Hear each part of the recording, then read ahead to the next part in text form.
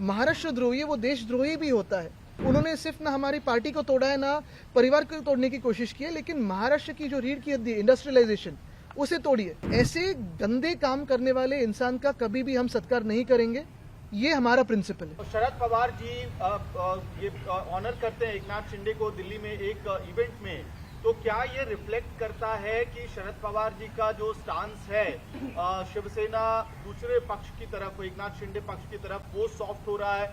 और क्या ये आपके लार्जर जो इंडिया अलायंस में दरार है उसको भी रिफ्लेक्ट करता है? आप कैसे देख रहे हैं? देखिए, एक तो उनकी उम्र और जो सीनियरिटी उस पर मैं बात नहीं करूंगा, लेकिन हमारा जो प्रिंसिपल है कि जो भी महाराष्ट्र के खिलाफ काम करता है, जो भी महाराष्ट्र के हित के खिलाफ काम करता है, और अगर आप महाराष्ट्र इतने बड़े राज्य के खिलाफ काम करोगे, जाहिर सी बात है देश पे इसका इम्पैक्ट होता ही है, नेगेटिव इम्पैक्ट देश पे भी होता है। तो जो महाराष्ट्रद्रोही है वो देशद्रोही भी होता है। उन्होंने सिर्फ ना हमारी पार्टी को तोड़ा है, ना परिवार को तोड़ने की कोशिश की है, लेकिन महाराष्ट्र की जो रीढ़ की हड्डी इंडस्ट्रियलाइजेशन उसे तोड़िए। अगर आप देखें तो किसानों की आत्महत्या ज्यादा बढ़ी है तो इनके समय में बढ़ी है। काफी सारे किसान आंदोलन हो, महिलाओं पे अत्याचार हो, युवाओं की बेरोजगारी हो, पिछले 2-2.5 सालों में जितनी बढ़ चुकी है, ये देशद्रोह है, ये महाराष्ट्रद्रोह है।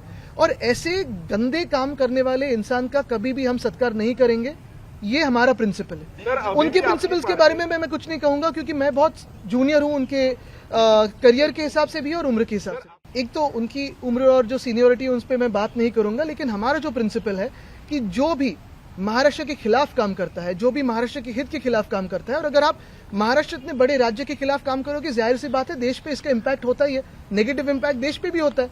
तो जो महाराष्ट्रद्रोही है वो देशद्रोही भी होता है। उन्होंने सिर्फ ना हमारी पार्टी को तोड़ा है, ना परिवार को तोड़ने की कोशिश की है, लेकिन महाराष्ट्र की जो रीढ़ की हड्डी इंडस्ट्रियलाइजेशन उसे तोड़िए।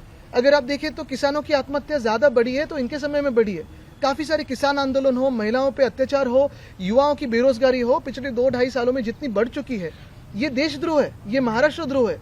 और ऐसे गंदे काम करने वाले इंसान का कभी भी हम सत्कार नहीं करेंगे, ये हमारा प्रिंसिपल है। उनके प्रिंसिपल्स के बारे में मैं कुछ नहीं कहूंगा, क्योंकि मैं बहुत जूनियर हूं उनके करियर के हिसाब से भी और उम्र के हिसाब से। देश पे इसका इम्पैक्ट होता ही है, नेगेटिव इम्पैक्ट देश पे भी होता है।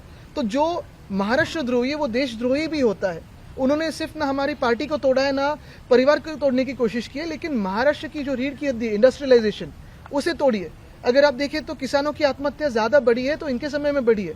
काफी सारे किसान आंदोलन हो, महिलाओं पे अत्याचार हो, युवाओं की बेरोजगारी हो, पिछले 2-2.5 सालों में जितनी बढ़ चुकी है, ये देशद्रोह है, ये महाराष्ट्रद्रोह है। और ऐसे गंदे काम करने वाले इंसान का कभी भी हम सत्कार नहीं करेंगे, ये हमारा प्रिंसिपल है। उनके प्रिंसिपल्स के बारे में मैं कुछ नहीं कहूंगा, क्योंकि मैं बहुत जूनियर हूं उनके करियर के हिसाब से भी और उम्र के हिसाब से।